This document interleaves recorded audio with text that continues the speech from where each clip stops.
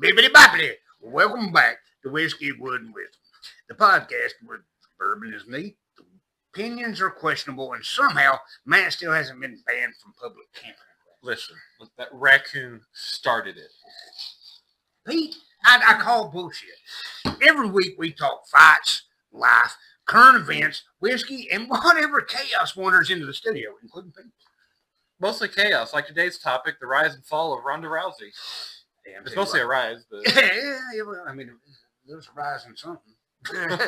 One of the most dominant athletes the fight world has ever seen. And proves that eventually life catches you, or catches everybody with a surprise head kick. It did me one time, I'm telling you what, it shit hurt. Came out of nowhere, didn't it? It did. Just like... Came from somewhere. It came from somewhere. There was a stretch where Ronda Rousey looked absolutely unstoppable. I mean, a phenom, for real. First round submissions, arm bars everywhere. People blinked and the fight was freaking over. I mean, we've seen many of those fights. Yeah, her opponents looked like they accidentally clicked hard mode on a video game. I'll tell you. And honestly, she changed the sport forever. She paved the way for a lot of girls in MMA.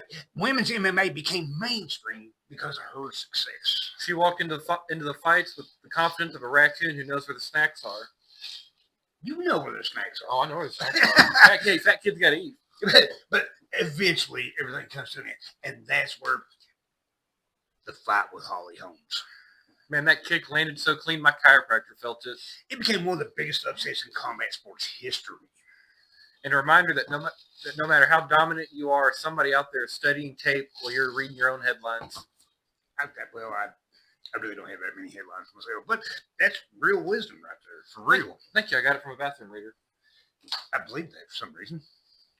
So, apparently, there's now luxury wilderness therapy for stressed out executives. Did rich people discover camping? Basically, that is true. They pay thousands of dollars to unplug from technology and reconnect with nature. Yeah, it's called forgetting the power bill. I've done that once or twice, I ain't gonna lie. People are learning primitive survival skills now. Nothing funnier than watching a corporate guy named Bryce struggle to chop wood while wearing boots cleaner than my kitchen floor. And my kitchen floor's clean. Not my boots, but meanwhile, your grandfather built a barn with one hammer and pure unresolved trauma. Nobody ever held a flashlight for him. The strongest generation in America ran entirely on black coffee and emotional suppression. But I also run on black coffee and emotional suppression. Am I part of the strongest generation? Probably not. The strongest generation ran off of black, but it wasn't coffee. Another thing. What is buttered sausage? Let's talk about what it is and what it isn't. You know, I've been trying to figure it out. I've buttered my sausage a few times. I mean, I'm just throwing it out there. I've never had a desire to eat any of it. I don't know. Let me know in the comments. All right, time for a little bit of wood and wisdom. Today's lesson: don't confuse being loud with being strong. Some of the toughest people I know barely talk. I talk a lot. What's that supposed to fucking say?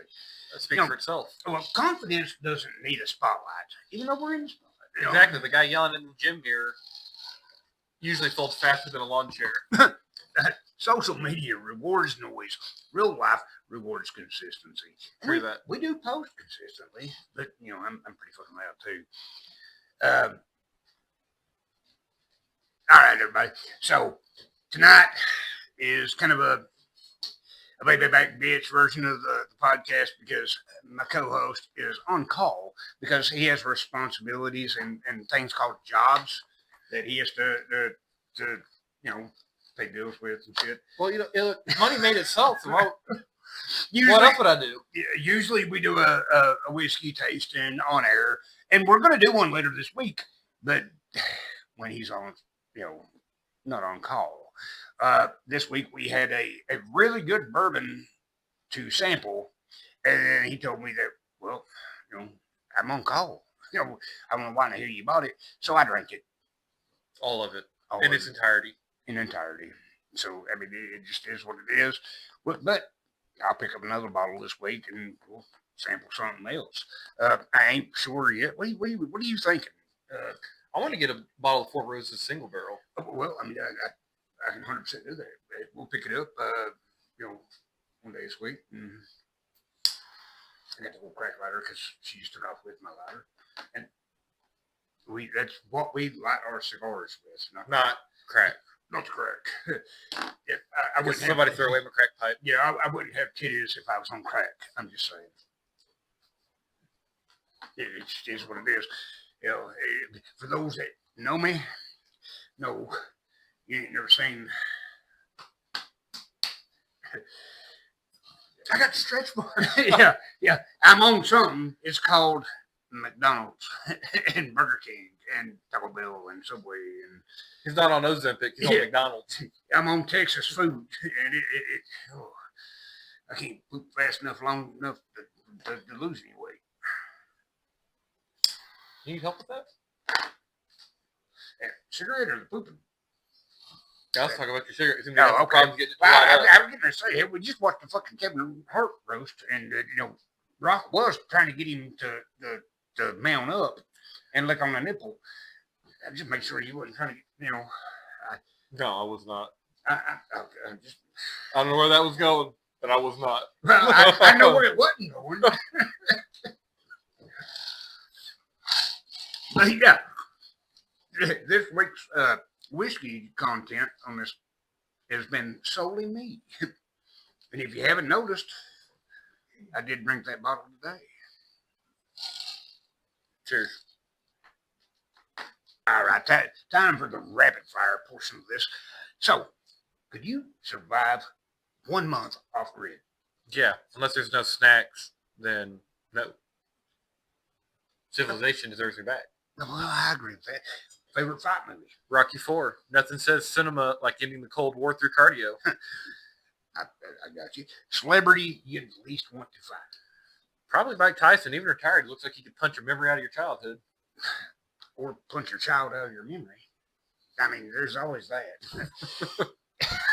Speaking of modern nonsense, we literally just sat down tonight and watched the Kevin Hart roast on Netflix. Oh, yeah, that man took more verbal punches than Ronda Rousey in the home fight. What about Chelsea Handler and the 50 Cent jokes? 50 Cent. More like 100% of the pregnancies ended in abortion when it came to Chelsea. Speaking of Chelsea, her and Red Bull should have had a sponsorship, since they both gave kids wings. It was chaos in the best way. Dude started naming people for his Mount Rushmore of racism. Yeah, and Hulk Hogan made the list, which actually really surprised me. Somewhere there's a WWE PR guy sweating bullets pretending that this isn't happening. I'm telling you, the roast had everything. Comedy, controversy, and The Rock accidentally started a Twitter war with R-word. It's actually not Twitter. It's wild. You can host a family movie with Kevin Hart and get canceled in the same week.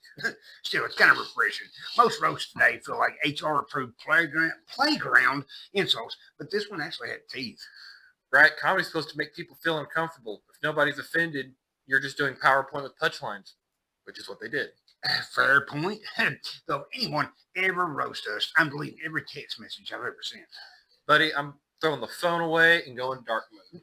I'm deleting the fucking internet. Yeah, and bonfiring my fucking search history and everything. I'm gonna pour bleach on just like Hillary Clinton did those hard drives. I'm telling you. Yeah, I'm gonna drive hard somewhere to burn all that shit. Oh yeah, 100%. All right, so that's it for this week. Whiskey, Wood, and Wisdom. Remember, stack wood, pour whiskey somewhat responsibly, and don't underestimate anybody with good footwork. Yeah, we'll catch y'all next week. And if you're listening while hiding from responsibilities, you're among good friends. Among good friends. I'm telling you. Love y'all. Cheers.